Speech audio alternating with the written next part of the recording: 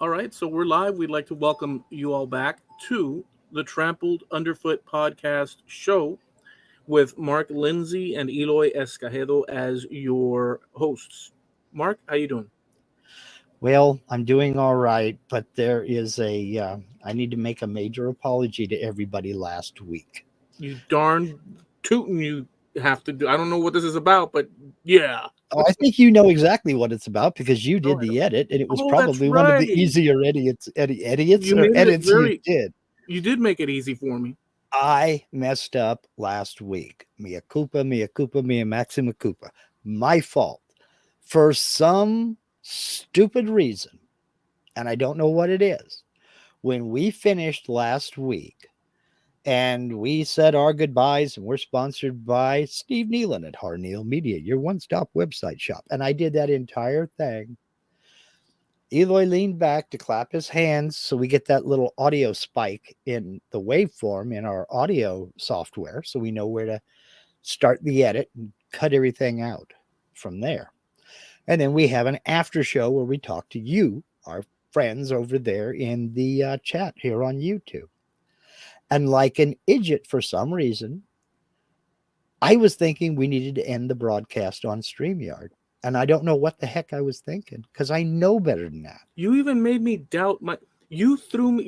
You were so on your thing on your topic with that one, and I was saying, dude, this is what. And you were so that you already had me so like wasted at that point that I you said, oh, you have to press the button, and I say like you confused the crap. Like at the end, it's like you hit me with all you got throughout the whole thing, which was fun. It was fun. I'm not trying to, Uh-huh. but at the end, I was exhausted mentally. Like, and then you hit me with the dude. You forgot the process, and you at the end when it cuts off, I'm sitting. You can see this dumbfounded. I'm, I'm like this. I'm like this, and I go like, I don't know what put that idea in my brain that we had to end the broadcast. but I dude, don't know where that came from. but see, no, but the teachable moment for me was that you can get into someone into the you can get someone to doubt themselves if you Yeah. push enough. You know? You can Well, get that someone. was certainly a big part of it because I'm sitting there and I still don't know. Like I said, I don't know where that thought came from. And the minute I clicked that button, I went, "Oh, damn it!" And then I see the comments coming up in the chat. What? No after show this week? So it's 100% my fault. That's what happens when I think I know what I'm doing. So my fault. I apologize. There will be an after show this time. So I don't believe you. I'll well, believe. Huh? you'll just have to wait and see. Yeah, I'll believe it when I see. I'll believe it when your fingers away from that button. It's off.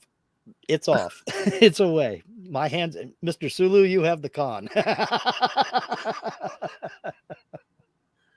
So Oh, nothing, dude. I just want to mention a couple of cultural entertainment things that probably be due to the fact that the internet exists and we all go off into our own little categories of what we like and are entertained by. There's not one whole encompassing sort of like thing that everybody. So kind of like when you mentioned, say, oh, the Dukes of Hazzards, everybody knew, yeah. because at least maybe you didn't go out that night. Most nights, school night, whatever the case, you'd sit and so everybody got a chance to become part of that reality, that cultural glue, but not so much anymore. So Right. you could come at me with something that you saw on the internet, and these are obvious things that we're all, but like Mhm. you can come up and say, "Dude, I saw this, and that," and chances are that a huge swath of the public, out there, is oblivious to that whatever existing, but that creates interesting sort of like little branches of just focus in Uh-huh. society. So, anyways, um, one main branch that I really like as far as entertainment nowadays, and I haven't tried all of the services, but I really enjoy the way that Netflix is set up a Okay. lot. And it is a paid service, Mhm. Um, but they've gotten to the point where for years now they've produced like just series Mhm. and made for internet movies that are of the highest quality and the stories and whatnot, and they've gotten into this little sort of like, I guess they how everything else they sublet out directors and actors and Yeah. whatever. So um but they've created some nice little genres, films, in their within their sphere, and one that I really enjoyed that I saw the whole way through. It's not running anymore, but recently I watched a couple of the episodes. Is Santa Clarita Diet, Okay. and that's starring Drew Barrymore. I forget the Mhm. guy's name, the actor, but the actor that plays her husband is hilarious. Okay. It's not slapstick, but it's sort of like a lot of kind of like Norseman Okay. humor, Yeah. where it's as a matter of fact humor, but it's Yeah. funny because in the context of your interaction. Um, and I just love that. And I just want to throw out that if no one's seen that yet, anyone, I find it incredibly awesome. It's have you heard of that, by the way? I've heard the name mainly because Linda's kids for a time lived in Santa Clarita. Okay. So when I hear Santa Clarita Diet, I'm thinking, oh, okay, well, that's where, the kids used to live. So I'll give a quick synopsis. Oh, go Okay. ahead. Go ahead. You're going to say something. Well, it's down in Southern California, north of the LA basin and what have you. And in fact, I don't know if you ever saw God, now I just forgot his name. I can't remember his name. His first name is Christian. Anyway, the Christian movie was Bale, called the no, not Christian Slater. Bale, Slater. It was called Pump Up the Volume. I remember that from back in the day. That was filmed at my stepson's high school. Oh, cool. I haven't Uh, seen that movie since like I whenever it know was. it's an 80s flick, and it's 100% 80s, believe me. So let me give you the synopsis. Okay. Maybe one day you run across it. Maybe it's interesting. Who knows? Maybe somebody out there enjoys it. But if you have not seen it, Mhm. um, it's a comedy that doesn't insult the intelligence. In Okay. other words, it doesn't run through the old same gags that just bore Yeah. me to death. Yeah. It has a nice twist to it. Okay. So what it is it's a perfectly normal American household with Drew Barrymore and the husband, which again is hilarious as well. They live in Santa Clarita, but the wife one day wakes up and she's like not feeling it. They're realtors, Okay. and so they have so everything is pristinely American, clean film movie genre normal, except for the crap that happens, which is in the context of that she's in one of her like walkabouts on Mhm. her realtor job. They're all stand. She throws up and throws up and throws up. It's an exaggeration, right? Um, and she coughs up like a ball, and and the ball is like an organ type thing. It's not an organ, but whatever. So the whole premise of the thing is that from that moment on, she becomes weird and weird and weird, but everything around them and them, they're trying to behave normal. And what it is I don't want to ruin it. Should I ruin it? I mean, it's been out for a long time. Yeah, I mean, if it's several seasons and people haven't seen it yet, maybe this will spark some interest.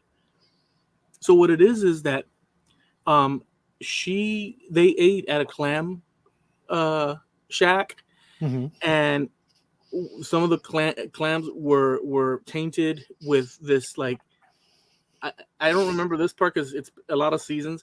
It was tainted with some sort of like Back.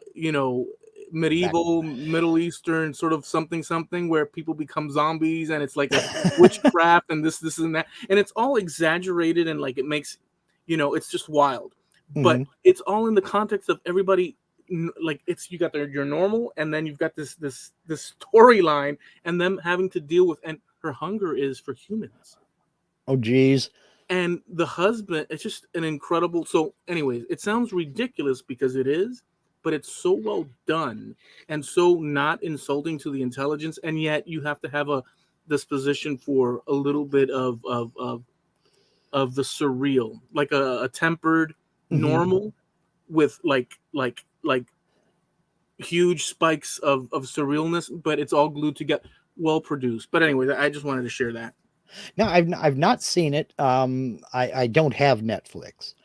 I I don't know. This could take us off in another direction, but No, it I need not be. I just wanted to add that because I, that's one of the. I'm I'm very much an old fogey in that I don't jump on the trends. I'm not on any streaming service. I mean, the only streaming service I use at all is YouTube, and that's not really a streaming service. Um, I There's just something inside me that says that's just one more thing I'm going to have to sign up for. That's just one more bill I'm going to have to pay every month on top of all of them that we already have. I mean, we have taken the position here on this podcast that we love this technology. We like this technology. I mean, technology allows us to do a podcast. It allows us to come here once a week and, bend everybody's ear for better or for worse. Yeah. But so I'm not an old fogey in that regard. I do love the technology, but look at what we're paying for it. Mm-hmm. I mean, cable television, I remember it being $20. It's over 200 now. And then you add all the streaming services in on top of what you pay just for internet access alone, which is up in the $60 range, depending upon the plan that you have, Yeah. or more. So, I mean, I love the technology, and I'm not even going to talk about cell phone service. That's crazy as well. When I think of how much money we're paying for all of this technology, I just think to myself, do I really, really want to sign up for a streaming service? Now, I may be totally wrong. I may be missing out on some of the best stuff in the world, but I don't sit and watch that kind of thing. So I guess I don't miss it because I don't partake, Yeah. If you don't partake, you won't know what you're missing. Mm-hmm. So that's true. And obviously there's plenty of entertainment. So 90% of my entertainment is it's not on Netflix, but Mm-hmm. it has enough good stuff on there, but a lot of stuff can basically replace Mm-hmm. the stuff on Netflix by sheer volume of stuff out there anyhow. So Right. it's kind of like in the an individual choice, Mm-hmm. but Now, people have subscriptions for comic book, like there's and everybody's doing like comic books. You can now just read digitally your comic mm-hmm. books and whatnot, and stuff like that. So to each their own, as Right. there's subscriptions to video game services. Now I Oh, yeah. enjoy video games, but my mind is not in that zone currently for the past few Right. whatever. But I have enjoyed video games in the past, but so the service is there in case one day I get Mm-hmm. that hair that says, Yes. hey, go do it. So it's there. and So and that's cool. that's true, and I'm all for it. I'm all for the options. If you're the kind of person who wants to play role-playing games and there's an outlet out there for you, even if it is a subscription service, I say more power to you, man. If you like to play the multiplayer games, I'm all for it. Just go for it, knock yourself out. And I'm the same way with the streaming services. Now, having said what I just said about streaming services, that may change fairly soon because we are trying to save up to buy Linda a bigger TV for the living room. And you can't find a TV now that isn't set up for those streaming services. So, who's to say that the TV we buy isn't set up with a free trial of Netflix or Hulu or whatever? Pick your favorite Netflix streaming has a free service. trial. When you sign up for Netflix, Uh-huh. you start with a free trial. Right. And that's what I'm getting at. We get one of these smart TVs and we plug the Ethernet cable into it. And she may be checking out some Netflix stuff. I may be checking out some stuff on Netflix. Who's to say yes, no, or maybe? But that's how they get you. First hit's free. After that, you start paying. Well, I But mean, you don't keep paying, so you don't keep paying for stuff that you don't use. right, I mean, a lot of people do in certain ways, but sure. generally speaking, if you don't use something, um, it ends up in the you know in the Hmm. trash container, and surfaces to if you don't use it, you can cancel. I, I joined a newspaper subscription recently, Uh-huh. um, digital newspaper, because they have all the old newspapers digitized from Oh, back in the okay. day. So I went ahead and but what I did was you can opt for, as they do, a month, a 3 month, whatever, or a year, and you Hmm. save and whatnot. But they had this deal for 1 month, and all I'm doing is going there to get the stuff that I need genealogy while I'm going there and hitting it Yeah. hard, um, for that purpose. So you're doing it for So research purposes. Yeah. right, so Okay. I'm gathering as much as I can, and then when it's done, um, And, I'm done with it unless I want to re-up it. and that's what I mean by I love the fact that that's out there. Not every area is that way yet because it does cost. I mean, there is money involved with going back and digitizing all of those old copies of the newspaper. Mhm. I mean, it just costs money. So Yeah, the fact that they have done that, I mean, that I think that's excellent. That's another great resource of information. it's freaking awesome. Oh, I want to mention one other thing from Netflix, and Okay. then I guess we could move on from this to the other topic that you wanted to. Another, so they have a few of these things, and I guess of these type of movies where the production value and the it's just really good stuff, and they have a lot of productions that are new that harken back to the 80s Hmm.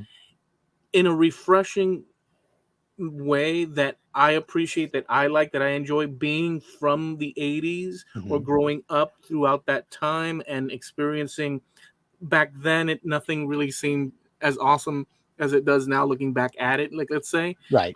it looks so much better now looking back. Man, the 80s were awesome, but if I really think back, I was like, well, here I am, I'm in the 80s, and I was like, whoop-de-doo. So Yeah. it's like, when you're in it, you're like, okay, well, and I didn't even think that, but I'm saying that if I think back, I could Yeah. remember, like, I mean, whatever, I'm here, okay. And another thing, it wasn't as thinking back, because I do that a lot, thinking back about back then.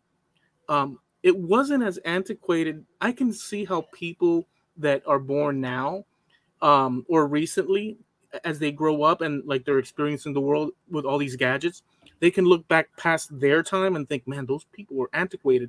But me thinking, being coming through all these Hmm. generations, looking back at that time when I was a kid, we weren't really. I mean, the technology was more mechanical, Yeah.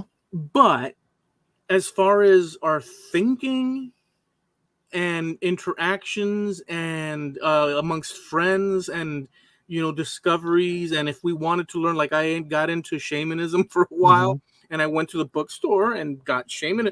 Sure, it wasn't as delving into things as you can now.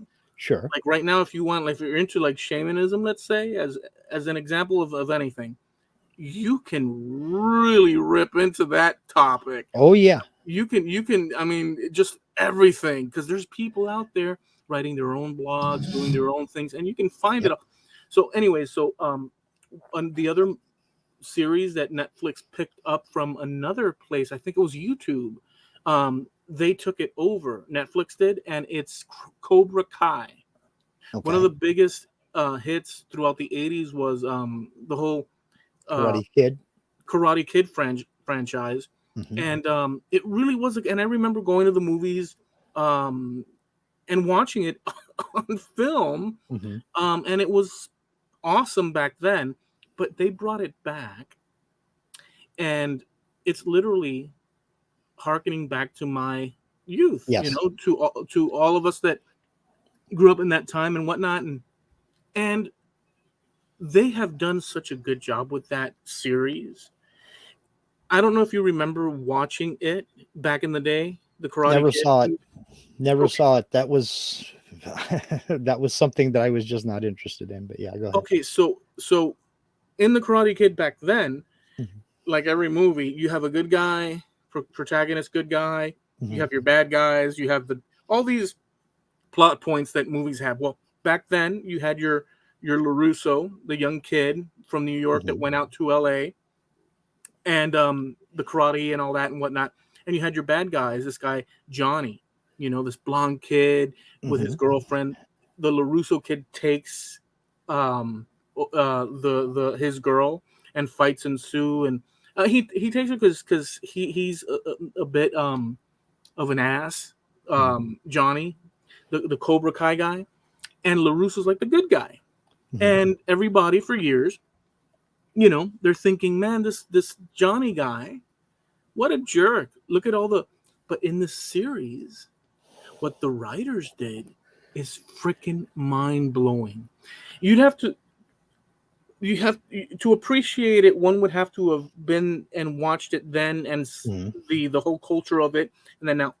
But what they did now is that they switched the roles, not 100%, but where they show Johnny's perspective of what happened back then. Mhm. That he wasn't being a jerk. That every time he'd show up, Johnny would. LaRusso is hitting on his girl. So now we're getting the bad guy's viewpoint of what the events that we all thought that he was the bad guy Yeah. for, and watching it through his eyes in this new series, he's not a bad guy. He, in fact, LaRusso's a bit of a jumping to conclusions, kind of a little bit jerkish in a way, and Mhm. by doing that, they've created this whole, I guess, like Karate Kid universe timeline with the characters and stuff. Really well done. So, anyways, I just wanted to mention that one's Yeah. another Cobra Guy's another good one. I haven't immersed myself in any of that. I never saw any of the Karate Kid movies. By that time, I was off into Mad Max and other things. I wasn't interested in Karate Kid. But that brings about a subject that kind of dovetails into what I've been sitting on, and that is taking things from our youth that we know, reimagining it and turning it around and putting it in a different way. Because, like you were talking about, taking the premise of the Karate Kid, where you have the good guy and the bad guy, and you're seeing everything from the good guy's point of view. Right. Well, they've reimagined it and turned it around, and now you're seeing from the other point of view. And I've heard a lot about this series, the Cobra Kai series. So that tells me it's popular. Yeah, it But is. that's what I'm wondering about, what you think of that aspect of taking something that we knew from a few years ago, reimagining it, turning it around, maybe changing style, maybe changing um, the premise, take it from a comedy into a drama or from a drama into a comedy. And what do you think on that type of reimagining of a set of characters or a premise or something like that? Yeah, it depends. They did it right, in Mhm, my opinion, but a lot of people also are sort of like chiming in on that and saying the mhm. same. Um, it's still kind of like nostalgia, so Right, it's not necessarily you can't necessarily take it serious. It's kind right, of for teenagers, right. but since we're older and we were teenagers when we saw it, it kind of works in a weird way. I think it's okay to do that in that um as long as it's done right. As long, or Okay. see, that's a difficult one. There's certain standards that I say, Yeah, oh, I like that. You know what I'm saying? But I that's do. my personal Right, right, slant on it, so I can't quite pinpoint it. But if it's done to my liking, I guess, yeah. right. So the taking of familiar characters and kind of turning the perspective from one to the other. That's doesn't interesting. bother you. Kind of reimagining the situations and In redoing this it. Okay. scenario, it was good. You'd have to tell me about another scenario. Mhm. Like I like the Okay. scenario of the Norseman, Uh-huh. um, that series, because they take a subject that in general you would think it's a serious thing, which it is. It's the life of these people back, hundreds and hundreds of years ago, and they would just struggle to survive in fights and whatnot. Hmm. But they're taking it and adding their daily activities and their dry humor, um, Hmm. things that, so there's a little quirkiness going on there, but that's not necessarily it is a reimagining, but it's not. Well, it's a reimagining of the stereotype because when you think of Vikings, that's what you think of is Vikings. You think of the Norse conquest and the raiding parties and rape, kill, pillage, and burn, that kind of thing. Yeah, You don't think about just going to eat or going to the bathroom or taking slaves or what this slave's life is like. yeah. You don't think about one of the plot twists is you have the good guy, and I can't remember his name. It's not Ulm. What is the big good guy? Ugwig, Ugwig. I can't remember his name. Anyway, he's the good guy. He's the one everybody is rooting for. Oh, you're He's talking the about the hero. slave, No, not the slave. because the slave's the good guy too. Yeah, he's one of the good guys. Yes, The, but the the Roman guy I'm is talking. not a good guy. He's sort No, of a no, no, not sleazy guy. him. I'm talking about the other guy who's there voluntarily because he doesn't know any other life. He's happy being a He's the slave. slave. Yes, he's He's a one of the good good guy. guys as well. But I'm talking about the other one, the one who was supposed to be chief, but the chief's son Oh, was yeah, next in line, and I can't think of his name. I can't think of this character's name, which kind of ruins the story. But anyway, he's the good guy. He's the hero. He's the one everybody is cheering for.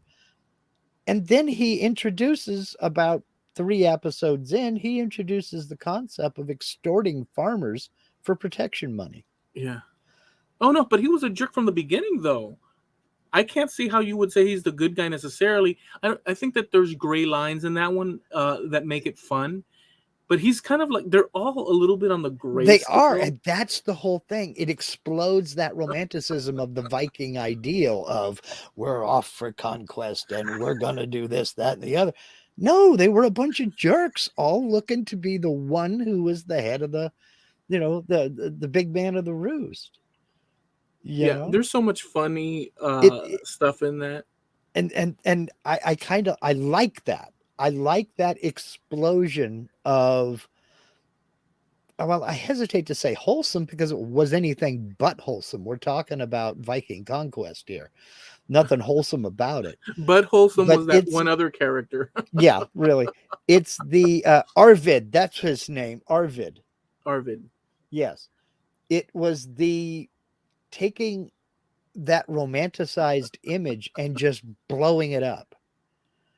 That I like so much. It's one of the reasons I like Blazing Saddles so much, is because that took the Hollywood Western and exploded it in your face and showed you that it wasn't as wholesome as all these TV series and Randolph Scott and Hopalong Cassidy movies portrayed it to be. It wasn't this clean cut, wholesome place. It wasn't that way at all.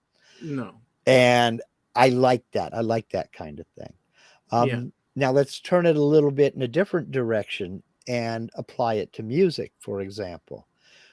What is your opinion on taking something that's familiar to you, reimagining it, and playing it in another way? I don't like it at all. You don't. Nope. Why the line between, say, television or a movie and music?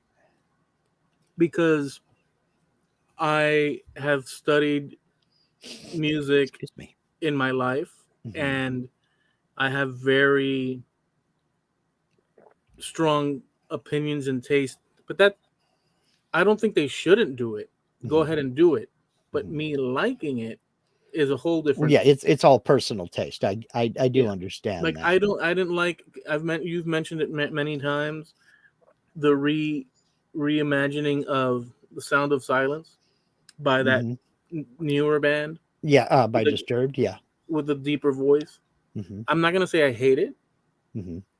but any chance if it ever pops up on the radio, Hmm. I'd rather turn the channel to Okay. the Dow Jones.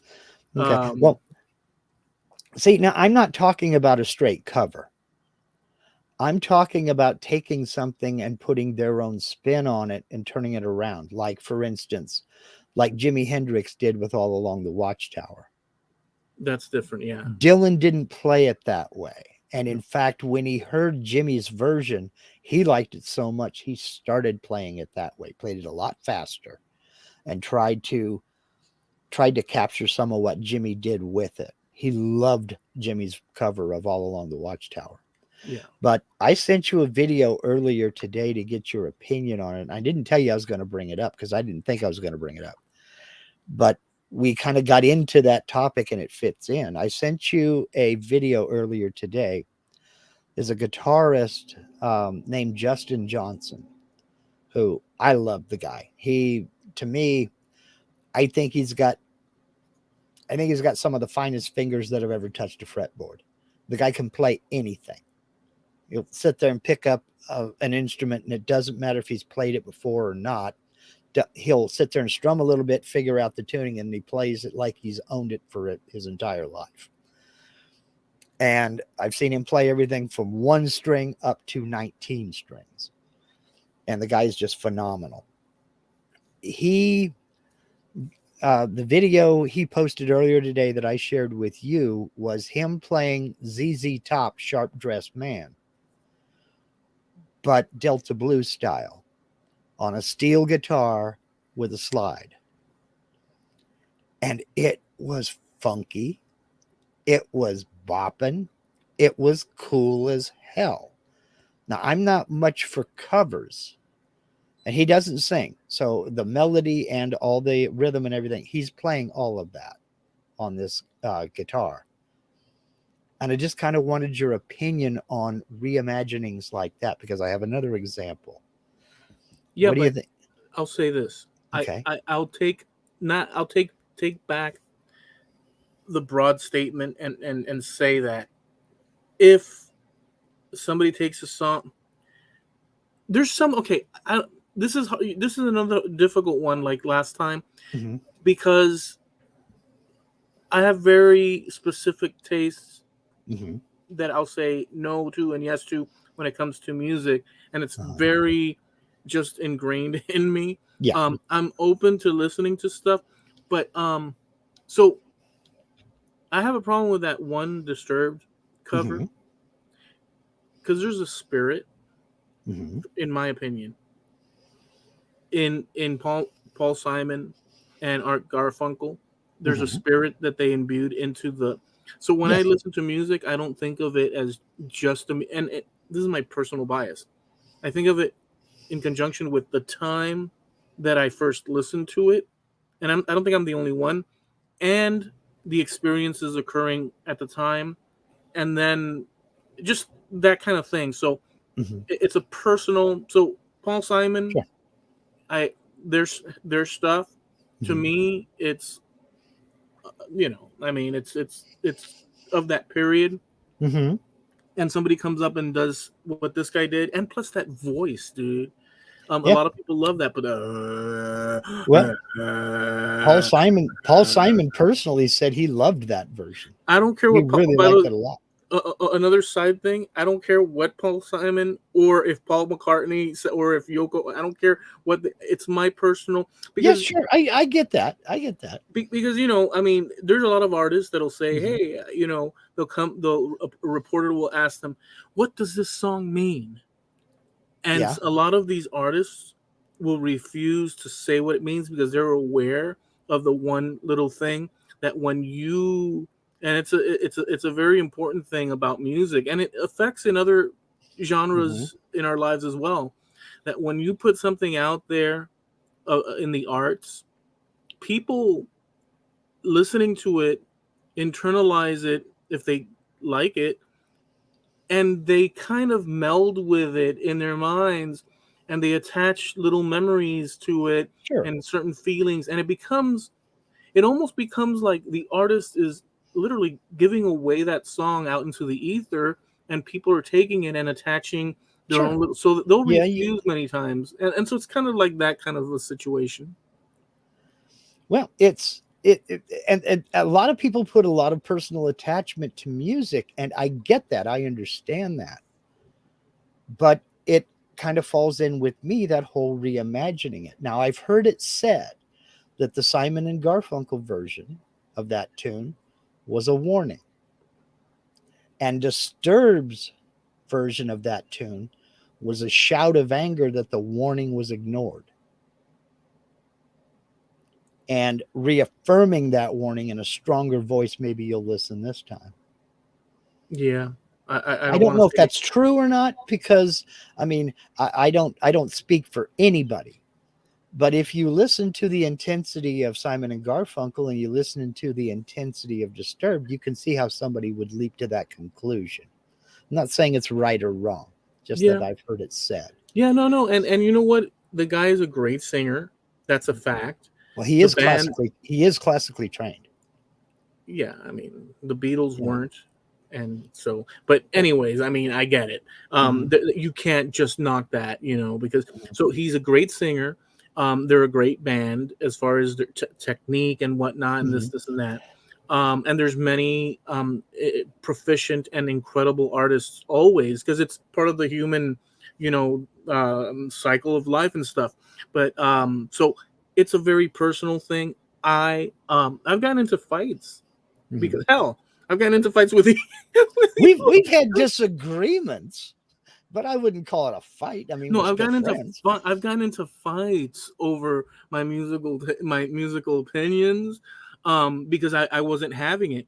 I will not have it when it comes to the Rolling Stones, unless it's okay. So like in our Yeah. scenario, whatever, right? We're Yeah. here to. But I've been in situations where you have Yeah. passionate Rolling Stone, and I would publicly, Yeah. without hesitation, completely like poo on it, and people get very, Yeah. and by the Oh way, yeah. it's not necessarily my songs and their songs, it's the Mhm. world, it's the artist that gave it to the world, and Well, people are so, you know people attached to get these songs. personally invested in it, and that's the thing. I mean, but to me it's like any other art. You might like cubism, whereas I might like impressionism. That doesn't mean neither one of us are right, doesn't mean we're wrong. That's our preference. It's just what we like, you Right, know. right. But So in the context of an impressionist and a cubist, getting in, sitting at a cafe somewhere in France, and discussing the issue, they're going to both put forth their maybe, points in order to kind of like overcome the other one's objections, because they want what they're into to be acknowledged as the thing. maybe. And it's a scenario. But Mhm. so I mean, so I do. so it's, I'm saying what you're saying, and but let me go back to one point, Okay. because I want to answer it this way. I don't see anything wrong in recreating and bands doing covers and none of Mhm. that at Yeah. all. I think that they should all rock Yeah. on, and however, I have a personal liking in general. It's not always the case. Sometimes they Mhm. outshine. For instance, the Jimi Hendrix one, Mhm. where he redoes, All Along the Watchtower. In my opinion, I prefer to listen to that one. I Me just too. love it. But the Bob Dylan one is fine. But the Yeah. the Jimi Hendrix one kind of kicks butt. Well, But there's for a little bit. So I'm open to all that. I do have my personal preferences, and right. so that one kind of gets me a little bit, the Disturbed Uh version, huh. because it's so far removed It from. is, and it was supposed to be. It was removed from Simon and Garfunkel on purpose. Yeah, and I don't like that. Okay. Um, then I hesitate to bring up the next example, and this was a channel that I stumbled upon about, oh, maybe, I don't want to say it was 2 weeks ago. It was sometime last week. I think I stumbled on it. It's a Okay. guy by the name of Laszlo Burring. Have you ever heard of him? No. Okay, he's a guitarist. He's got a relatively small YouTube channel. But he has taken this whole idea of reimagining music to a different level.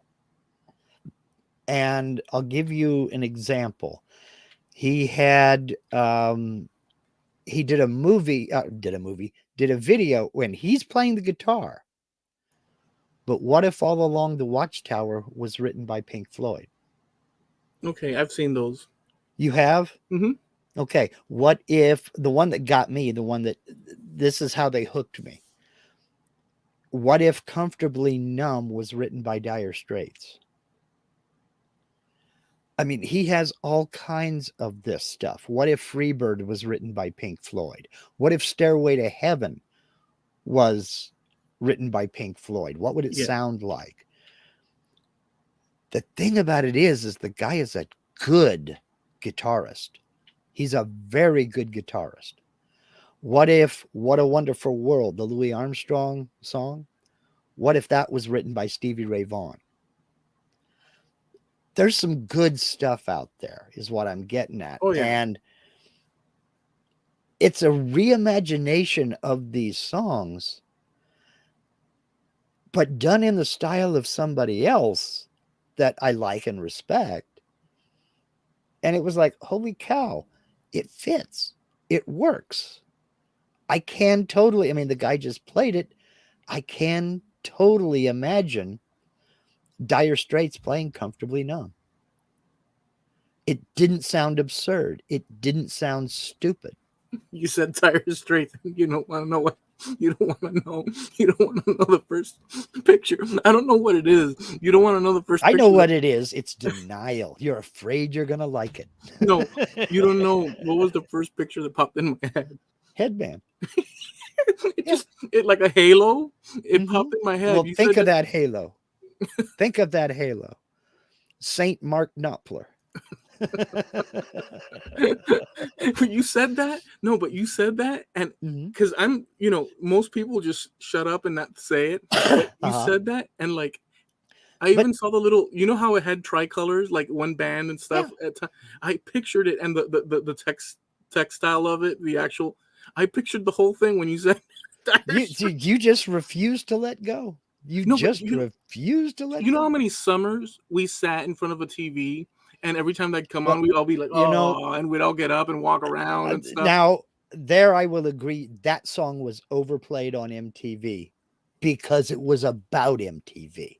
That song was overplayed. There were a couple of tunes that were overplayed on MTV. But be that as it may, I mean, some of these things are just kind of Superstition, the Stevie Wonder song, if it was written by the Red Hot Chili Peppers. Some of this stuff is pretty imaginative. Now, other things that he has done on this is he'll play certain things. Wait a second.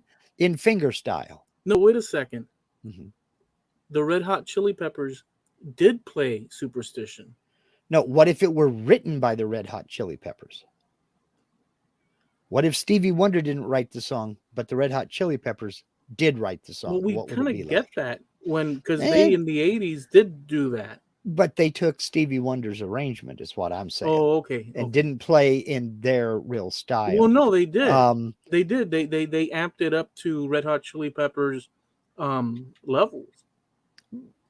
But the song was. But what I'm getting at is the song was already written, is what I'm talking about. But he'll take other tunes like Ray Charles, Hit the Road Jack, and play it fingerstyle on an acoustic guitar. It sounds interesting as hell, but it works. It really works. I'm totally a lot of fun. Just for the record, I am totally for it, but in the context of that one song, and there's many of it examples of that where I have a strong, not positive. And I can recognize it's well written. It's written, of course, it's well written. Paul Simon did it. It's well re-recorded and performed and rearranged. I can acknowledge that it's a uber professional, job. But I just, it is what it is. Mhm. I Yep. don't like it. In fact, Well, I and feel you see, when you're still talking about the Simon and Garfunkel yeah, Sound of Silence, yeah. did you have an issue with? And I'm not trying to, pin you to You're the trying to wall on find any of this stuff. No, but I'm wondering, do you you're have trying an to aggravate issue? me. No, I'm not. Do you have an issue with people lifting parts of somebody else's song and using it in one of their own? That's a good one.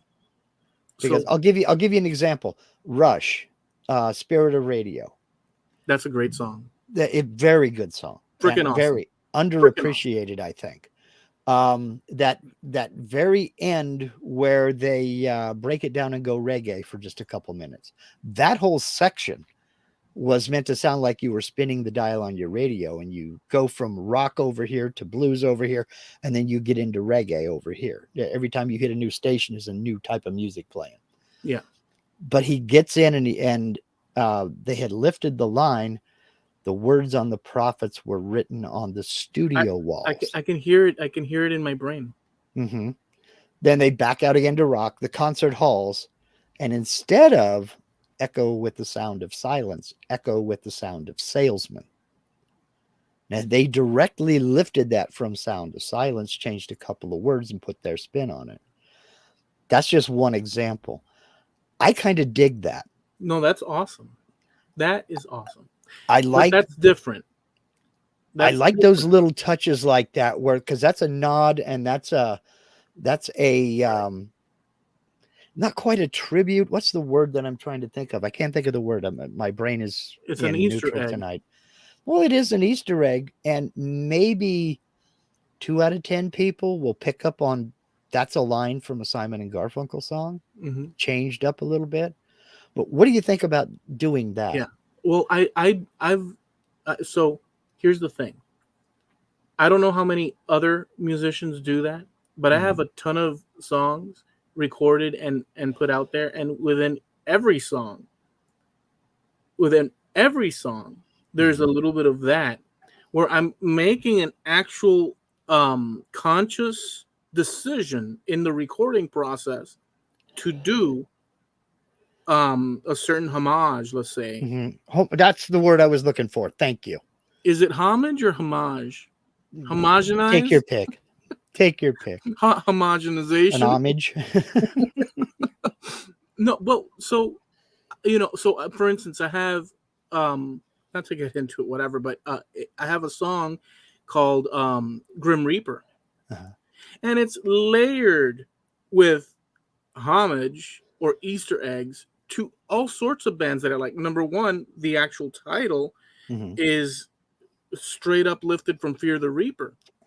Uh-huh. The lyrics that I wrote for the song is literally the story of Robert Johnson when he went to the crossroads and signed a contract with the devil. Mm-hmm. I add all sorts of scenarios in there. The organ, I do a spook organ because the whole thing is the story. And in the spook organ, I use a theremin type sound in key parts of it to represent the Beach Boys Good vibrations. good vibrations in it. I'm layering, and I do that for all sorts of. Now, here's the trick, or here's the thing.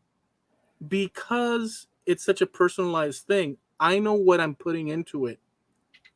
Other people will not pick up on that stuff unless they're writing that frequency that in which I intended it to. So most people, and I don't know what the numbers are because it's so personal, are not going to pick up on 90% of the things that you put forth, music, let alone music, but all sorts of things, and your intentionality in certain things and the reason you do that. You could watch my older YouTube videos with woodworking, and I did a lot of stuff in there, and I was criticized by friends, just busting balls and stuff. But I was doing a lot of work editing and doing graphics and all sorts and writing my music for my videos. And I was doing a lot of that too. in another genre. So intentionally, not Right. random because just random, but like intentionally doing a bunch of stuff. So I'm Mhm. aware of that process, and I think that's an artist process. Um, Embedding messages and secrets and tributes. But what happens is that it always becomes its own thing. Mhm. So for most people, they hear something that you'll put out, and it's its own thing. Oh well, that's its own thing. Um, but some people do pick up on key little bits, Yes. and in fact, I'll tell you, one last one when it comes to music, which I have not touched in years.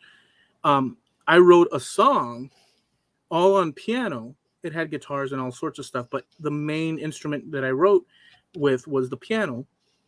And some friends were gathered, and we put the song on without saying it was my song because I wanted to see what my friend thought of the song. Okay, Just now on this its is a own with no introduction or nothing like that. with Yeah. no explanation. I just put it on, and Mhm. we were all sitting around, hanging out and stuff late at night and whatnot. And this guy's a musician, old school musician, and he heard it. And then I asked, "Oh, what do you think of this? What do you think of this song? Who's that playing?" And he thought a little bit. He couldn't quite. And the first thing he said, and this is true, the first thing he said, "Is that Queen? Is that Queen?" Now, I don't think it sounds anything like Queen at all, or not at all. I don't think it for the most part sounds like Queen, but you can pick up on things because notes are notes that fall into place together. Mhm. But the idea is this: um, he attached it to something, and a Something quick that he knew. aside, Yeah. and he said, "Well, I'll approach it with Queen." And this guy's a musician, right? And then I said, "Oh no, that's," or my friend said, "No, that's Eloy, dude." And it's like, whoa, we hadn't played for a while, but so in his mind, in his perception, he that's what he first came up with. But the idea that he considered it of quality, On their level. right, of quality that you could associate, um, was a big plus. And then I noticed when I did things like that, because I did that a lot of times, and I Mhm. learned a lot of things about human psychology. If I told them it was me, Mhm. they were like, "Oh, okay, well, no, cool," but it wasn't a big. But when people didn't know it was me, Mhm. and I asked them to critique the thing, the the response was sure. Sometimes they say, "Ah, that's all right" or whatever, but many a times they'd say, "Oh, that's freaking awesome." There's a detachment. Mhm. I've mentioned it before, but the idea of familiarity breeds contempt. If somebody's always around another person and the other person's pursuing whatever they are, their endeavors, we tend to, as human beings, they're always around. My buddy's always around. He's always doing that stuff. Whoopee. But, and we're always looking for people outside our circles um, as the it. Oh, look Yeah. at that. And I learned in the realm of music, and I knew this from back in the day, that we were it.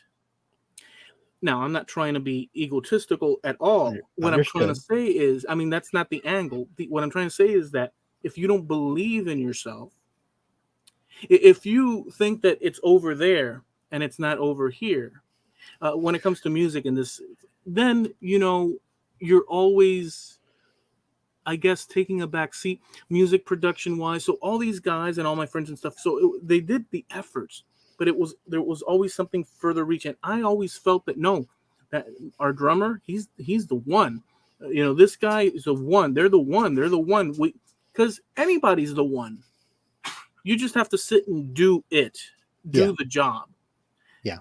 That was my attitude towards music, and I did that for quite a long time, Yeah. decades. And um, it's a disaster because people are just so if you don't believe, it becomes an issue. But yeah, you put stuff in songs. Musicians do that all the time, and I think that's and in paintings and stuff. I think that's awesome. I do too. There are you will hear occasional nods from one band to the other. Yeah. Or you will hear just flat out calling them out by name in a good way. You'll hear a guitarist take a riff or a piece of a riff and kind of sneak it in somewhere where you don't expect it. If you watch any live version of the Eagles Hotel California and that end solo where Don Felder and Joe Walsh are trading back and forth, there is one little section about the middle of that solo or towards the end, from somewhere between the middle and the end, where Joe Walsh is just going off. You will all of a sudden hear just a few notes out of the main riff of Ted Nugent's Free for All. And he throws that in there as a nod to Nugent for doing the same with one of his songs. Yeah. Just a little taste of a riff. Yeah. And then off they go. Right. And finish it up. It's not in the original studio version, but when they play it live, Felder and Walsh, that end solo is a lot longer than it was in the studio version. Because, you got two masters going back and forth, trading licks on the guitar. Have fun with it. Just come home before the streetlights come on, Yeah. So, yeah, they're going to have fun. Yeah, I like those callbacks, those little... Yes. I really do, but it also depends, though, Mark. It depends, and this is where the personal taste or preference comes in. It depends on... so, I'll tell you flat out, I completely dislike, and I could be... when, like, they'll take some, like, a rock song that we love, and we have... And then they'll turn it into some sort of rap thing, and it just... Okay. So I totally dislike that. Now, what do you think of UB40 Love covering Neil Diamond's Red Red Wine? Fantastic. They took an easy listening kind of a shuffle tune and turned it reggae. That's okay. Awesome. It was badass. I agree. It was badass. They kicked butt with that song. In fact, that's the song. That's the version that I remember as a kid. Yeah, there's a lot of people that don't know that Neil Diamond actually wrote that song and was the first one to perform it in a completely different style. Yeah. But then again, we're talking about straight up covers. Well, I don't think that now you wouldn't call UB40's version a straight up cover because they changed everything. They changed it completely. They made it better, in my opinion. Oh, me too. I don't know. I like them both about the same. No, but it just depends on my mood. It depends. Now, but the other version, the Neil Diamond version, Neil Diamond has awesome tunes. Let's not, but UB40 totally blew the frickin' house down. Yeah, but I can sonically in my brain hear that song, the balance. And by the way, maybe it wasn't UB40, maybe it was the engineer that we should be crediting, because that 99 times out of 100 it is the engineer. Dude, the sound that song was. Let's be fair. It's not like I had that album or anything. I heard it on the radio and enjoyed it. Me too. But it was remember, we were supposed to be heavy duty hair metal and this and that. So we weren't necessarily, but I had my little guilty pleasure. That was one of them, I gotta say, but it was outside the genre. Yeah. And that was very important back then. The genre. Yep. Oh boy. Well, like I said, I'm not going to post a link to Laszlo Burring's YouTube channel on our Facebook page, because I think if you want to see that kind of thing or hear that kind of thing, his name is Laszlo. Last name Buring, Buring. But I will post a link to Justin Johnson's version where he took ZZ Top's Sharp Dressed Man and played it Delta Blues style with a slide on a steel resonator guitar. It kicks butt. I will post that over on the Trampled Underfoot Podcast Facebook page. And Eloy didn't know I was going to do this, but this is my edit. If you're listening to us on the audio side, pay attention to your driving. This is not child's play. But also, that little bump that you heard at the beginning of the show where Eloy and I are introducing ourselves, if I'm not mistaken, Eloy, you're playing every instrument in that bump, right? What? Really? I know you're on guitar and you said you were on drums, but you're playing bass as well, aren't you? On that what little bumper, on our that intro? Our host intro. Did I do that? I haven't, because I never used that. You don't use it. I do it. That's how I keep track of which ones I edited. I can listen to the first minute and a half, and then that added little bump over the host intro. That was Eloy playing that. He wrote. I use your at the very beginning with all the guys yelling and screaming, and then the bong trampled. Dude, I asked you. You know one thing. Made that. One thing about that, I asked you when we started this a long time ago. A long time ago. I mean, it's been what, 4 years now? How long have we been doing this, dude? Well, this is 163rd episode, 164th. Divide that by, what is it, 12? Yeah. So, geez, what the hell? So, anyways, but back then, I asked you, oh, dude, do you think you could come up with, if you remember, can you come up with some little intro or something? And I didn't know what I was gonna get, and you came up with the perfect freaking thing, and I don't know what the heck you did or this, but it's like, and then a nice hit. It was perfect, dude. I don't know how you came up with that, but you did, and I was surprised. I was like, holy crap, this is it, and so I've not switched that. That's what I use. The voice is my voice through my old Logitech headset through that tin can sounding microphone. And I turned all the bass off and bumped up the treble. And I sound like I'm talking on like a 1920s telephone. It was freaking awesome, dude. I'm just saying. Thank you. That's an example. That's an example of something that's just at the beginning, but has its own story to it. You know what I'm saying? And if you never stopped and like talked about it, no one be wiser to it. It's a little detail. So that's an example of what we've been talking about. Yeah. I think we should end with that. Okay, we can end with that. But for those of you on the audio side, they don't see it over here on YouTube. Maybe in the live, maybe in the after show. I'll try to see if I can play it. But the folks over on the audio side, when in my edits, it's somewhere within the first 2 minutes. It's in there. So I'll try to play it later on. All right, we'll go ahead and we'll call this good. All right, so there will be an after show. Okay, we'll see about that. I promise. Keep my Anything fingers off can happen, buttons. folks, until it's all been said and done. So listen, we want to thank you guys for hanging out. If you want to check out some more of our episodes, go over to our Trampled Underfoot Podcast.com site, and you can press the check out the Wayback Machine button, and that's where we have all our past episodes. They're numbered and ready for listening. Whole host of different subjects on there. So we go live every Tuesday at 9:30 Eastern, 6:30 Pacific, here on YouTube, Trampled Underfoot Podcast on YouTube. We also have a Facebook page with the same name. And we're sponsored by Steve Nealon at Harneal Media, your one-stop website shop. He's the man. Steve is the guy. He is the person who sponsors, as I said, TrampledUnderfootPodcast.com, as well as a host of other big-time YouTube content creators, as well as other makers, creators, businesses. If you're looking to up your online game, if you're looking for a good, strong web presence, Steve is your guy.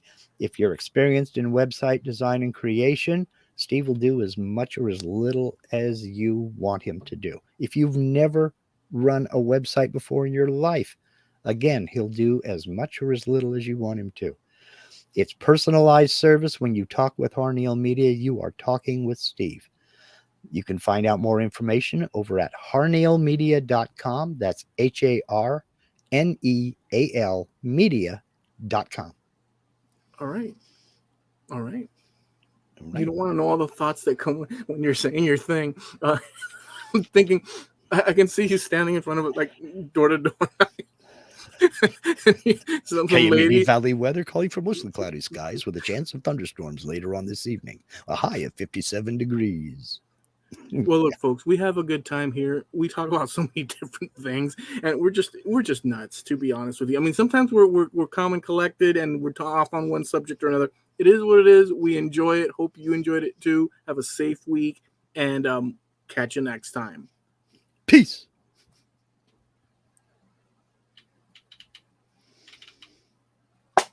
Okay. And see, I didn't touch no buttons.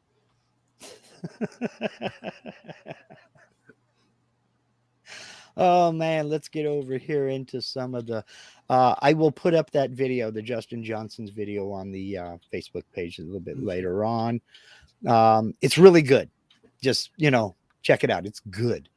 Let's see, this my dog. Hey dog, says the Disturbed version is too dramatic.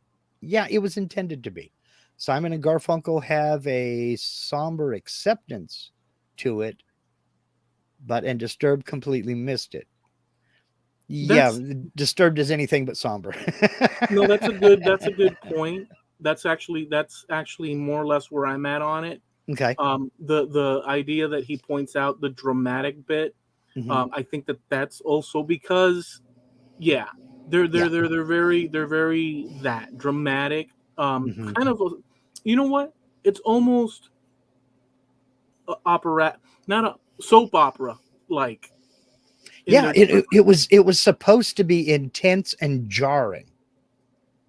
Right, and it didn't affect me in that way. What it did to me, it made me think of like now using that he just said, it made me think of like watching Knots Landing or Falcon Crest or something drama. Well, it felt like a very removed from its original. But I see what you're saying.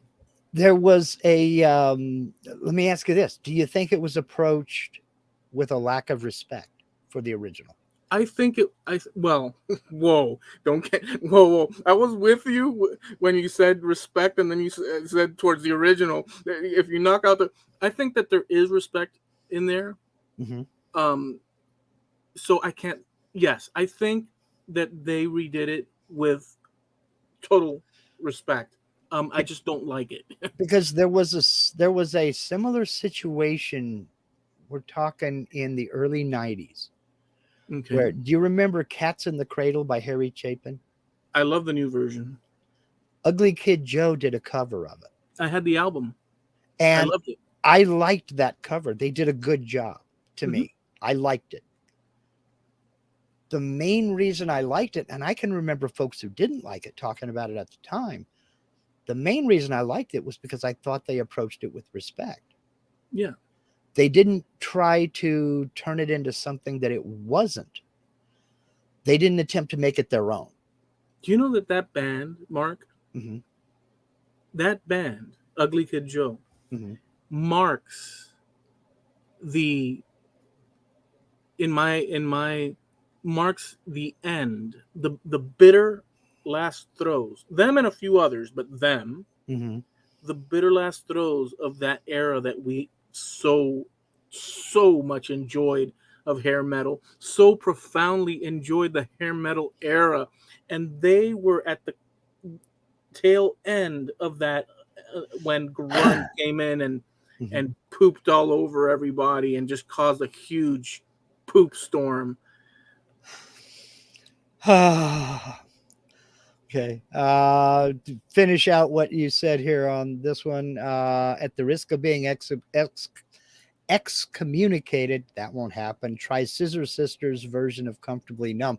I think I kind of addressed that with talking about Laszlo Burring and reimagining Comfortably Numb. See, I'm not one of those people who says this artist's work is sacrosanct, leave it alone, don't touch it. I I say BS. You know, now it also depends on how it's done because it's like you're talking about with Disturbed. You don't like that version, and that's fine. I'm not trying to convince you to like it. We all both have personal tastes and personal styles, but I don't think you have to keep your hands off it. I don't think you have to not touch it. No, no, you can You screw up know, all the classics all you want. I just don't think that anybody is above, you know, I just don't think that there's any saints out there that you can say no, hands off. You want to start a fight in a country bar, you follow that up by saying so anybody can cover a Patsy Cline song, and you will have stuff thrown at you. I will guarantee it. You do not touch Saint Patsy Cline. Patsy Cline, and by the way, I enjoy the old school country. I really Yeah. do. I'm not like infused with it, but all the important ones. And Patsy Cline has such a classic Americana. I could see why Mhm. people. And by the way, I've heard covers that they do of her hits, and some people, some ladies do a really good job, you know. But her magic was in the moment she created it for the people Right. that were. So it's that, you know. Right. But it's just like, I mean, I'm a goofball. I sat down and I wrote complete. No, I didn't sit down and write them, just in my head, sitting at a bar in Fernley, Nevada, when I was working as a slot machine tech, sitting on a bar stool, drinking a Pepsi, waiting for a call on the radio. I made up alternate lyrics to a couple of Patsy Cline songs. And when those songs came on the jukebox, and in that place, they will, I started singing my own lyrics. And you'd have thought I'd have just jumped up and took a dump on the bar or something, the way those people did. You don't do that to Patsy Cline songs. I do. Well, No, no, don't. no, no, no. What are you, you godless heathen? You don't do that to Patsy Cline. But isn't it true? Isn't it true? It's such a human thing. We attach, you know, like a very personal thing to all sorts of different, you know, be it music, a movie, a memory, just a whole host of things. And if those things are questioned or ruffled up, even slightly, Mhm. we go to war. In fact, I think that, and I think it has to do with culture. It's part of our culture, and it's a personal. It's on a cultural level, and it's on a personal level. I think we'll never be able to get away from this sort of issue No, because we it's just won't. a human. We It's a won't. It human is. thing. Yeah, People put personal attachments to music all the time. yeah. And a song will become very, very personal to somebody. And if they hear anybody else trying to do it, I mean, it's almost cause for violence. That's sad, personally. Just my opinion. I don't see anybody being above that. You know, I don't see anybody as a hands off. You know, this is sacrosanct. You do not do that. You know. Yeah, Um. but you're So doing let's that. see here. But people are seeing that as doing it to their memories. They're not thinking it through, Right. or they have a knee jerk, momentary. It's You not know, like I punched your mother and shot your dog. I was singing. I go shopping down at Walmart looking for shoes. You know. but it is like it is the equivalent of them being threatened or a memory being, Yeah. and it isn't in reality, but for their reality. Mhm. You know what I'm saying? I mean, that's also the reason why YouTube had the comment section goes wild on Oh yeah. every Oh yeah. subject, because people, you know, so it's this whole thing, you Yeah. know, that we experience as humans. Oh, it is. Okay, this my dog also says, I think copyright laws have dampened music. People working off each other, collaboration and synthesis, that's art. Collaboration is more prevalent now than it ever was. I mean, there have always been collaborations. You know, you would have the Beatles featuring Billy Preston. I mean, there have been collaborations in the past and throughout history, But I think there are more collaborations now than there have ever been. Let's backtrack with what he just no, bring that back up Okay. with what he just said. So, this is very interesting because there is this situation where, and it doesn't have to necessarily be the musicians, it could be their company that protects their Yeah. rights because of the income, but it can also mean the actual musicians, because you've mentioned it before, and there's other cases of it, but with Don Henley, let's say, Mhm. where they have this sort of like intense mine and whatnot. Yes. There is money generating Mhm. generation from these things.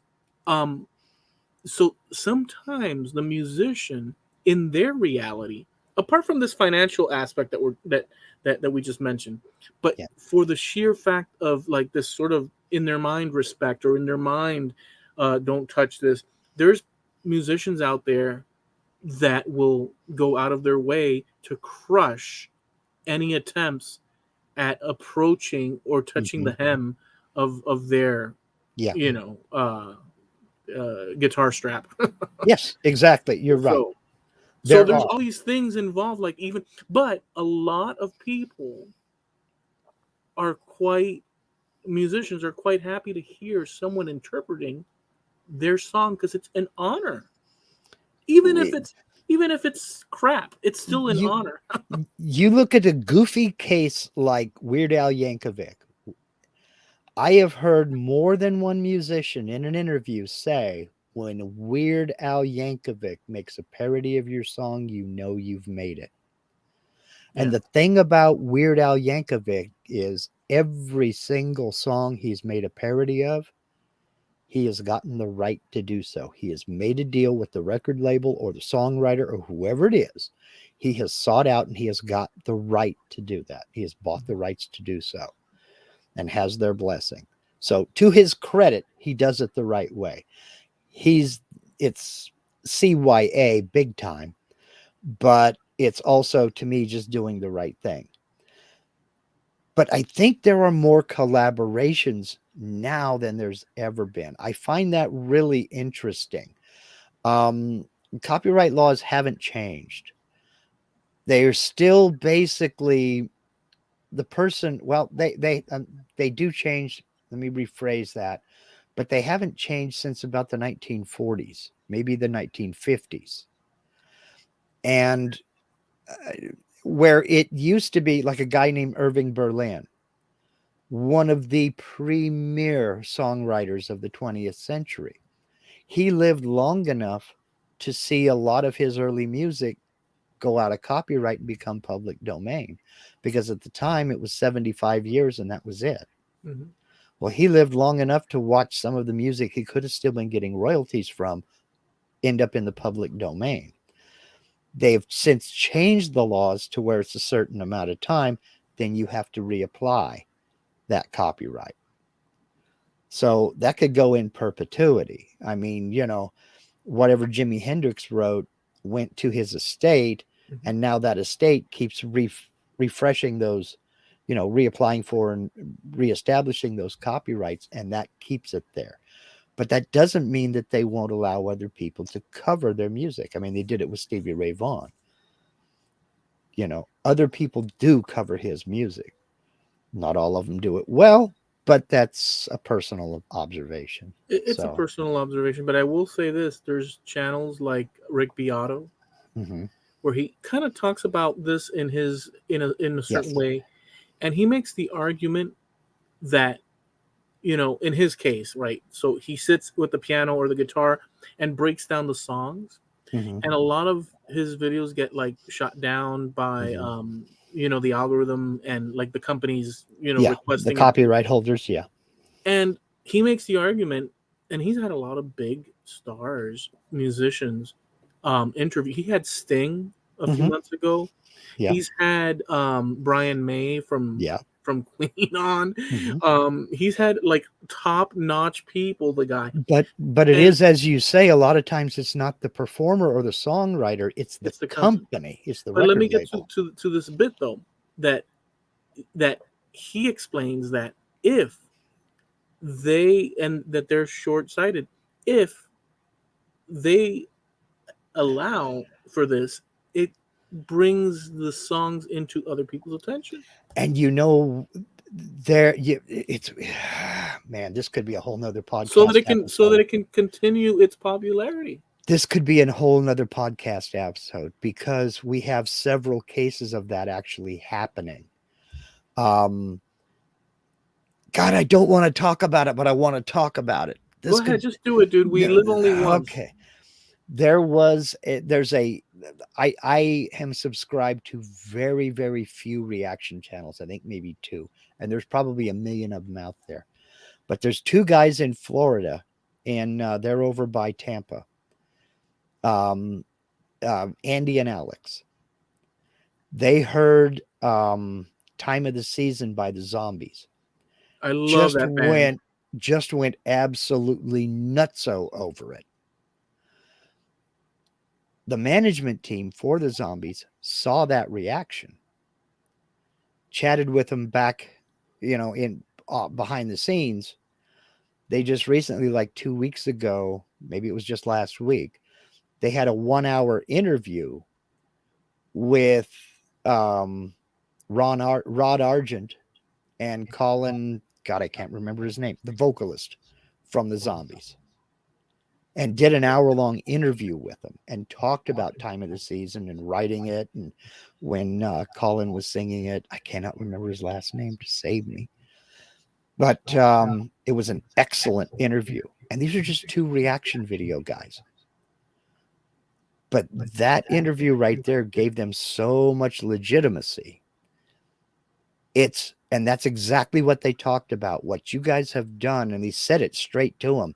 What you guys have done is you're taking a song that we wrote in 1964, and you're bringing it to a generation that would never see it otherwise.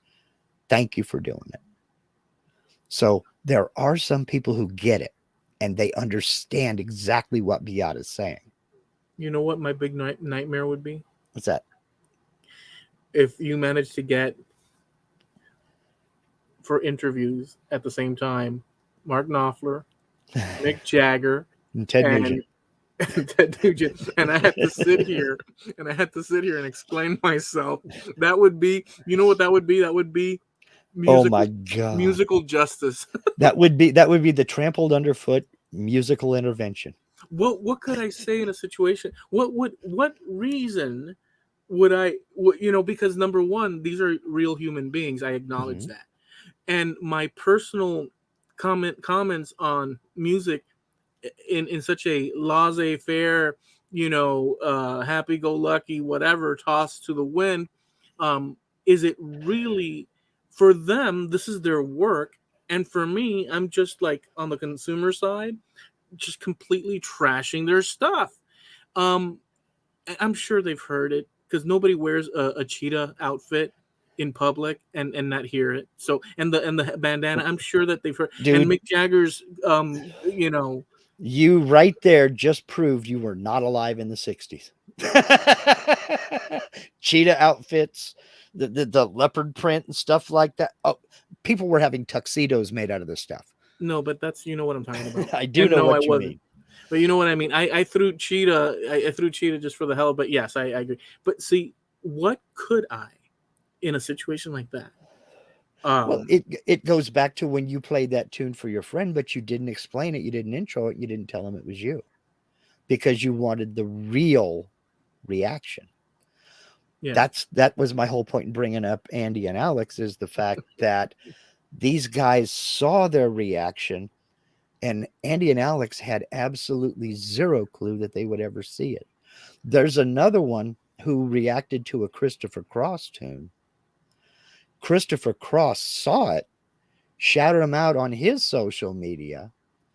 Then when he just played a concert not too long ago in this guy's city, sent him VIP tickets and invited him backstage to say thank you for introducing a whole new generation to his music. So they're starting to get a little bit of legitimacy, and more people are starting to think that way. Well, wait a minute. We made this song 30, 40, 50 years ago. If we can get it to chart again, why the hell would we care who put it out there. Because when you stop and think about it, how different is me playing a tune on YouTube? How different is that than every radio station in the country? There's It's another not. thing. There's another thing too. On the other hand, concerning what Rick Beato says, because we're hearing what Rick Beato says, Sure. and Rick Beato can sound and is Mhm. a reasonable person, and the proof is that how he explains things. So he uses, you could tell the guy is not some just crazy shooting from the hip. Yes. Like he's got reason behind his approach. Yes. But that's Rick Beato's concept of, man, this would help these people. What if they really don't need help?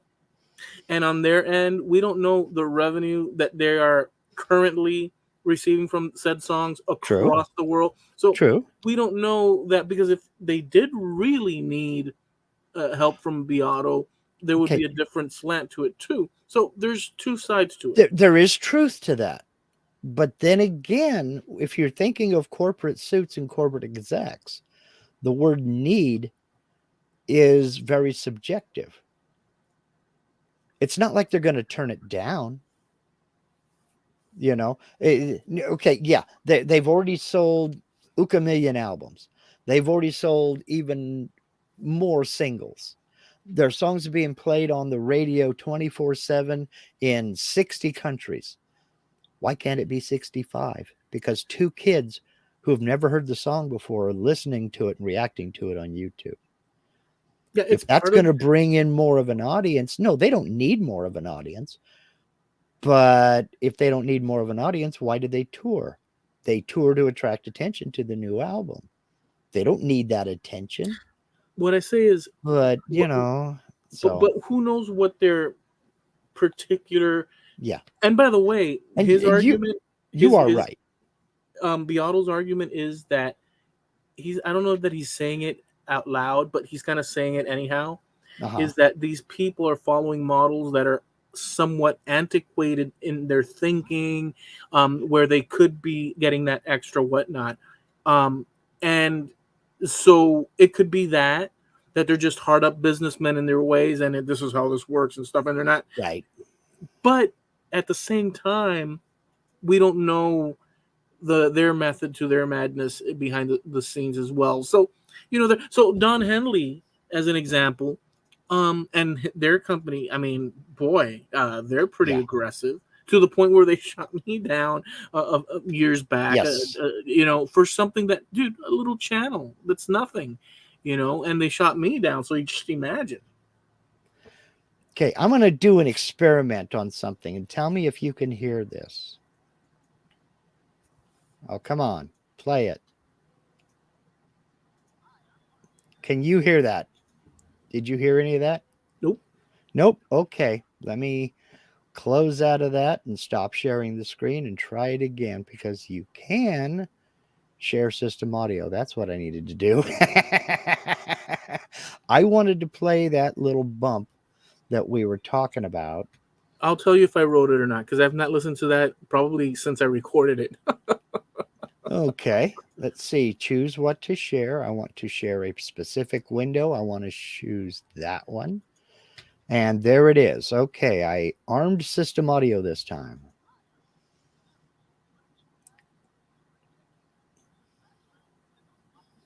Do you hear that? No. You don't hear it. Okay. Well, what not. It was supposed to be, let's see, share system audio of the window. Oh, it won't let me share the audio of just a window. I have to share my entire screen. That's why. Okay. Well, let's try it again then. Share the entire screen, share, and let's see. Let me put that over there so we don't do tunnel vision, and see if you can hear this. Hi, I'm Mark. And I'm Eloy. We're two guys from different decades, different backgrounds, and on opposite sides of the continent, discussing life, the universe, and everything. What's the show about? About an hour. Trampled Underfoot. Okay, so yeah. Oops, sorry. So that song, I actually lifted that chunk of it and passed it over to you. And that's from a song called um, uh, my friend is playing drums, my buddy's playing bass, and I'm playing guitar. Okay. And that's from our song. I wrote the song, and then we redid it with the band, and it's called "Freedom Over BS Every Day." Now, see, okay, now it must have been another song that you shared with, because you've shared, I won't say a lot, but a bit of your music with me. I thought that was the one that you were playing the guitar and the drums, but I wasn't sure about the bass. Well, that one's my buddy Ramses on drums, my friend Natalino on the bass, and I'm playing guitar. And later I start singing, but that chunk was our production of an earlier song that I recorded probably around 2007, 2008, called "Give Me Freedom Over BS Any Day." Okay. Well, it kind of fits with the podcast. So this is behind the scenes stuff that you won't get anywhere else. But that bong, trampled underfoot, that's just a bell. It's just a bell sound effect that I thought needed to go there. Yeah, it was perfect. It's because it's a way to end that, because there wasn't really an end to that track. So, in fact, you made the first part of that with our voices overlaid. You made that and sent it to me, and then I added the bong and the trampled underfoot, and that's me through that old microphone with the. Yeah, but the one that I rate use, because I use just the one that you did with the gargoyle. Oh, effect. Okay, yeah. Well, it's a crowd rushing, barbarians at the gate. Let me find that. You know what it sounds like to me though? I've never thought it was that. What I've always thought of, and see, this is another example. In my mind, it sounds like creatures from an abyss creeping out until bam, the bell hits, and then you say trampled underfoot. It's kind of like an eruption. No, it's a crowd of barbarians. You see what storming the castle, And I'm not thinking that. I'm thinking of a pit. Okay. And some creatures coming out. Just so everybody knows what Eloy's talking about, I'm going to share screen and freak everybody out on the visual side again. Here, then bring it up, try to put that in there. It's a combination of about 5 different effects. You are about to be trampled underfoot. That's my voice with the crowd, the barbarians rushing the gate, and then that bing. Yeah. Joan was a quizzical, studying metaphysical, clink, clink. But we have fun. And then there's another one where I took that and I put jingle bells over it for Christmas time that we haven't used in a couple of years. But I had lasagna. Did I spend the show with lasagna marks on my friggin' face?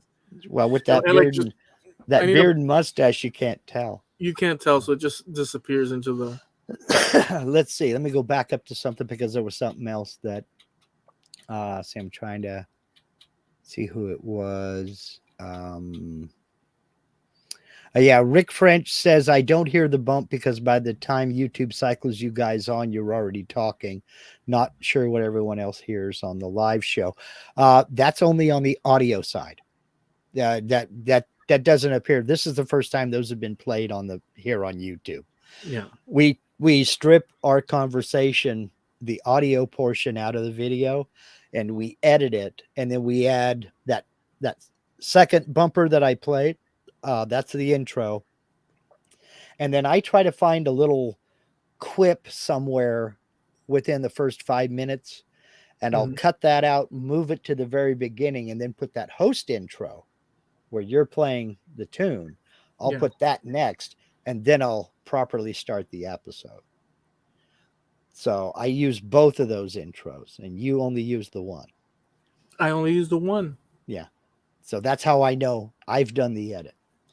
But that's only on the audio side. Then we generate all that as an MP3 and send it into the podcast host, and it goes live.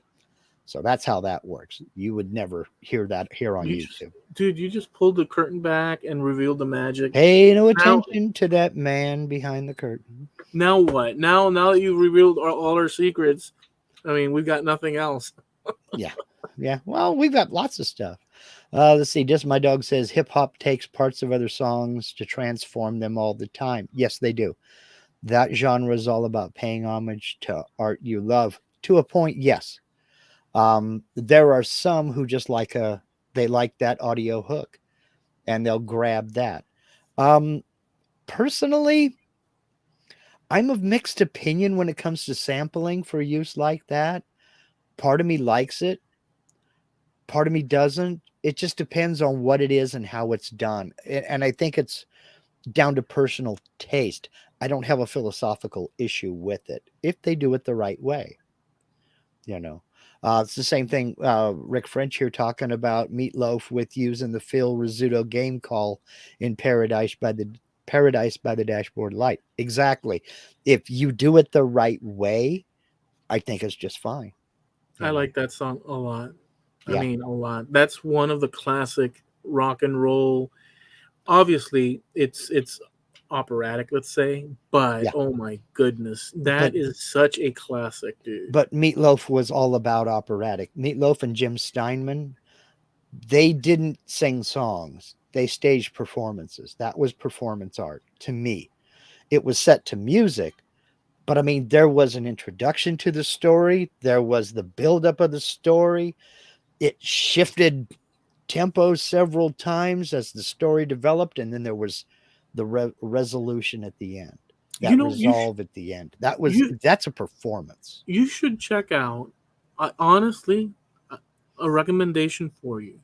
Mm-hmm. I really think you should check out, and I really think, I'd like to know what you think about it. It's called The Pick of Destiny, Tenacious D. I really think you should check that movie out. I think you'd like it. Oh, it's a movie. Okay. It's a movie. It stars Jack Black and some other people. What's his name? Glass? Kyle Glass. Kyle Glass. Kyle Glass. But he's a little kid somewhere in Peekaboo or Pokaboo, Middle America, Pokadoke, whatever. Mm-hmm. Kickapoo. It's called Kickapoo something or other. And his dad is Meatloaf. Mm-hmm. But it's not Meatloaf the star. It's just Meatloaf playing. And it has a whole slew of music characters from back in the day. And it's kind of like, what's that movie? Rocky Horror Picture Show. Yeah. It's kind of within the genre world, more or less, but it's not necessarily the same. I think you'd like it. It's a comedy. Okay, I'll look into it. Tenacious D is another one of those acts that I can get into, but I have to be in the mood. I don't just come in here, sit down with a cup of coffee, waking up in the morning, kick on iTunes and put on Tenacious D. I have to be in the mood for it, No. But the movie is good because it's a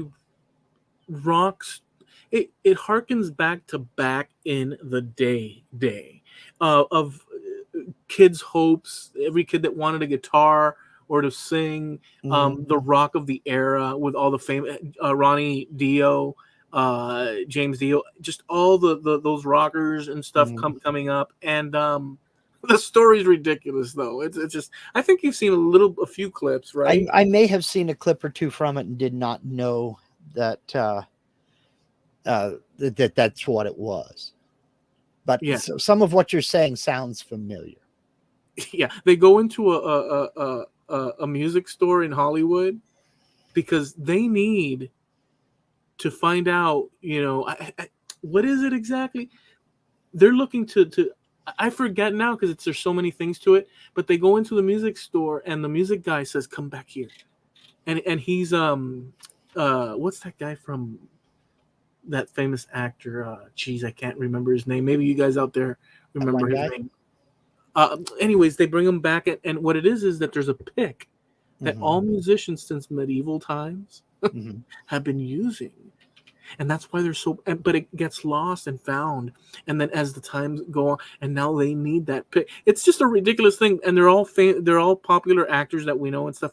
The story is I don't know, man. It's just freaking awesome. Ben Stiller. Okay. And he's like any music store worker. Like he's got the long frazzled hair. Like he's an older dude, and like it's just freaking awesome. Whatever. I'm nerding out. I'm nerding out with it. Totally nerding out with it. There was. Do you remember? Let's see. It came out in 1980. It may have come and gone because it never was super big. But it's kind of sounding to me a little bit like a movie called Roadie. Oh boy! Now Tenacious D did a short film called The Roadie, but this is called Roadie, and it starred Meatloaf, and had a bunch of where he's a truck driver who becomes a roadie for a traveling rock and roll show. Okay. And Alice Cooper's in it, Hank Williams Jr., Roy Orbison, Debbie Harry and Blondie, and a bunch of other rock and rollers and musicians are in this flick. It's kind of like that. Okay, roughly. You did see it? No, but I'm listening to you, okay. and it has that same vibe. Well, okay. Actually, you're saying that because I said what I said. Okay, So it reminds me of that. That film, it wasn't a box office hit. It was very, I won't say low budget because it wasn't a low budget movie, but it just didn't play well with the audience. But it's a funny movie. There's some gags in this film, like so the devil creature that comes to, because it's reoccurring themes that we're all familiar, Americana themes that we're all familiar and attached to music, and there's one where they do a rock off, and if they win, the devil creature has to go back to hell. But if the devil creature wins with his rock and roll, he's gonna Jack Black says, so Jack Black says, let's do a rock off, and he says, and what if I win? And he says, you can take Cage, his friend, back to hell with you. And so it's so hilarious. I'm nerding out again, but the jokes that work in that, because he takes him back to, he's gonna take him back to hell to treat him as his personal little thing. And it's just hilarious as hell, and the reaction and the facial, whatever. Yeah, Dave Grohl plays the devil in it. Yeah. Okay. Yeah. Okay. It's freaking hilarious. Dan, is it? I mean, we're getting also he has to pay their rent, right? Yeah, the whole idea is it's funny, but I don't want to put too much. I don't want to put, because we've talked a lot and for years, and I know that if it's a demand, if I'm not demanding, like, okay, Mark, you don't understand, you have to, none of that. I'm just saying that it's a pleasurable thing. I've never come across it. I have never said demand. I have only said recommend. And you are 50-50. No, I take that back. I did like the Truman Show. It was good. I did like the Truman Show. I didn't like Idiocracy. There was something else, and I did like Norseman. So actually, you are 2 and 1. I'm two. What is it? 2/3? Yes, on balance. Yes, 2/3. Yeah, but Idiocracy, I don't know that. We'd have to go back. I never necessarily. I just said you recommended you need to check it out. You need to check it out. Well, you know what that taught me is to be very careful with my recommendations. Then you don't know my taste, and also let's face it. That was episode 1. We're 163 episodes later, not counting the weeks we took off when I had the dental work done. But the concept of Idiocracy is freaking brilliant. Yeah, The execution, maybe not so much. yeah, the execution wasn't, and that's why I checked it out, was because I was intrigued of the idea concept, behind it, yeah. the concept of it. Now, Rick, Hilarious. this is absolutely apropos of nothing else. This is just changing gears entirely. Rick French says you need to add a starting delay on this show like you added to my Sunday shows. I have a little 2-minute video I play before I actually go live. That's a good You idea. guys are already in conversation when we get to see you. What do you think of that? I like the idea. So I like that idea. We just have to think of what that would be like what would that intro be? And I think that we could get creative on it. I think we should ponder that, because I like the idea. Like a 2-minute countdown or 3-minute countdown or something like that. Because Rick is right. I noticed that as well on my Sunday shows, that more people showed up about 2 minutes after I started. So I have a little 2-minute video clip. I put up a graphic, much like this background we have here behind us now. I'm using my cursor like you can see my cursor. The background around us, I have another graphic that I put up that says the live Q&A will start shortly.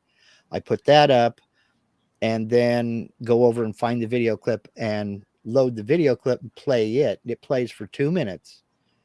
Then the minute that fades out, boom, camera and mic are active. They're live.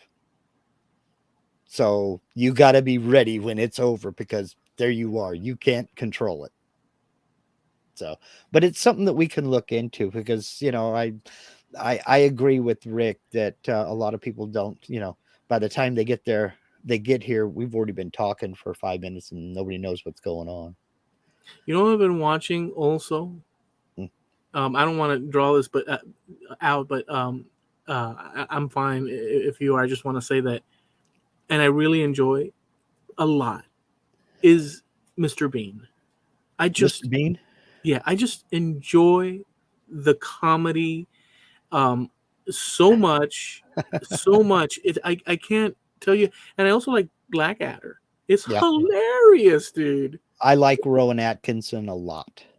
Have you ever seen any of his other stuff? His stage show? I think I sent you the clip of him playing the invisible drum kit. Yeah.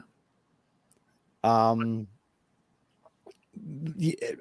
Atkinson is a flippin' genius. He's a comedic genius. He really is. He's funny as hell, dude.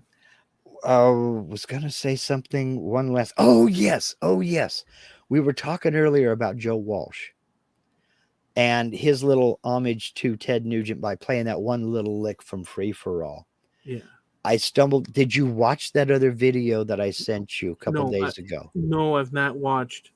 That's Joe Walsh on stage. Joe Walsh on stage, yeah. And it's called Life's Been Good, the spoken word version. It's not actually him singing Life's Been Good. He sits down and he says, we have these little talks and get-togethers before the show, and I want to answer the question that all of you are going to ask me, because I'm tired of talking about it. And that is, where'd you come up with the idea for Life's Been Good? And so he goes through it, you know, not exactly line by line, but verse by verse. And he explains what was going on at the time when he wrote it. And he explains, this up here is like it's a little room where I have pieces of stuff floating around. It's like a puzzle. He says, and every once in a while, I got to empty it out and put it out on the card table. And then he starts going through it and explaining, well, I had this riff, and he plays it on his guitar. Then I had this riff from something else I was working on, and he plays it on the guitar, and just how he pieced it all together. It's funny. It's interesting. He's a good storyteller. He's mush-mouthed when he talks, worse than I am, just like when he sings. That makes it funnier. And at the end, he's like, okay, so there's the story. Now, would each one of you please tell all your friends so they'll shut up and leave me alone?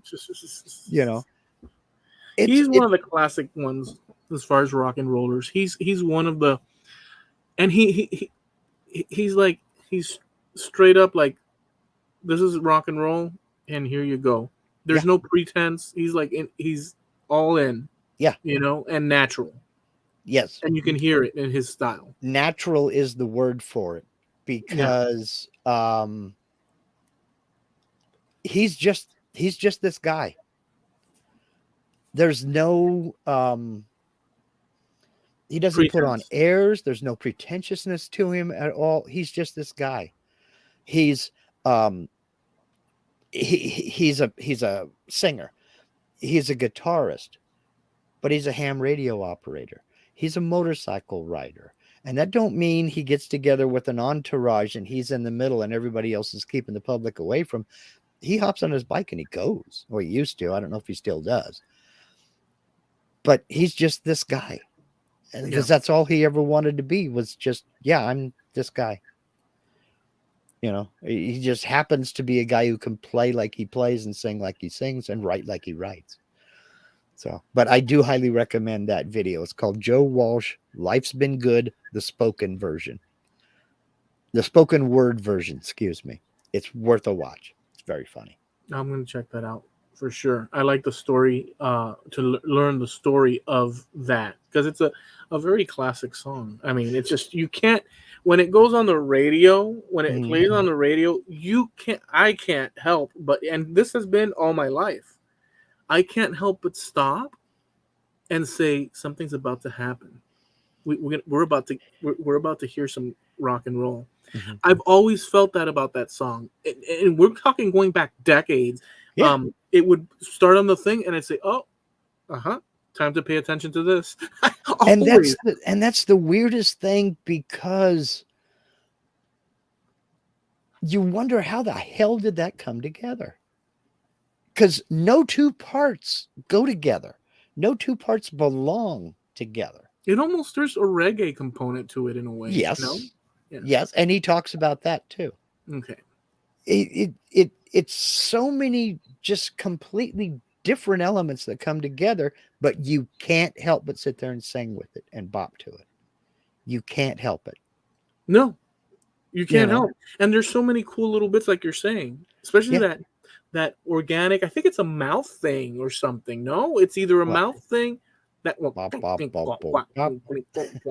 it's a mouth. I don't know what that is. He doesn't explain that? No, he doesn't explain what that is. He doesn't get into the technical. He talks about writing it. He's talking about like, I lost my license. Now I don't drive. I lost my wallet is what I did. He says, I never lost the right to drive. I lost my wallet. So I lost my license and I couldn't drive, but it's snapshots from all over the place. Yeah. And he goes through and he explains it. That's awesome. Another great line is, he says, the absolute worst, scariest thing that ever happened to me was Keith Moon decided he liked me. Because it was crazy. It just went nuts from there. Yeah. And he talks about it. He tells about it. Have you seen that for everybody involved here in this chat? All of us, if you've not seen the documentary, I think it's called The Boys Are All Right, which is the Who documentary. Mm-hmm. If you've not seen that, a documentary made sometime in the 80s or 70s or 80s. It's floating around out there. That goes through their lifespan in the band, but it focuses a lot on the life of Keith Moon and the insanity of that guy, and the crazy stuff hijinks he got into are epic beyond proportion. I think it's totally a worthwhile rock and roll documentary. Are you talking about The Kids Are All Right? The Kids Are All Right. Yeah. Okay. Yes. Yeah. That was 1979. I was trying to think if our friend was there or not. I don't know. You saw it? That documentary? No. Okay. I know one of Linda and my friends was married to John Entwistle, the bass player. Yeah, you said. for Yeah. the Who. I was looking to see if she was in there at all.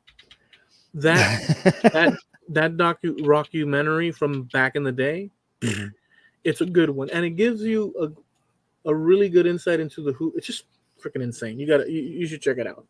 Okay. Highly recommend. Oh, well, it's been out for a while. It was made in 1979. So Right. So get it while it's still in the cinemas, folks. Mhm. Get your tickets and your popcorn. all righty, we ought to go ahead and ramp this up. I just got the official word. I need to seriously consider it. I agree with a starting video. Then I wouldn't have to jump and run to change channels when the show starts. We got to think about what that's going to be. I think that there's plenty of ideas that we could let's hash that. Let's sort of like Toss mull it around. Yeah, Okay. yeah, Okay. yeah. We can do that. Because there's all sorts of cool little things we could do. Sure. And how does that work? We'll talk about that later. We just put together a video. And it plays automatically. Oh, well, I turn it on. I click the button and start it. I'll show you in the background. All right, cool. Let's get out of here. You guys have a good one. Yep. See you next week. Thank you very much. Thanks for sticking with us, and peace.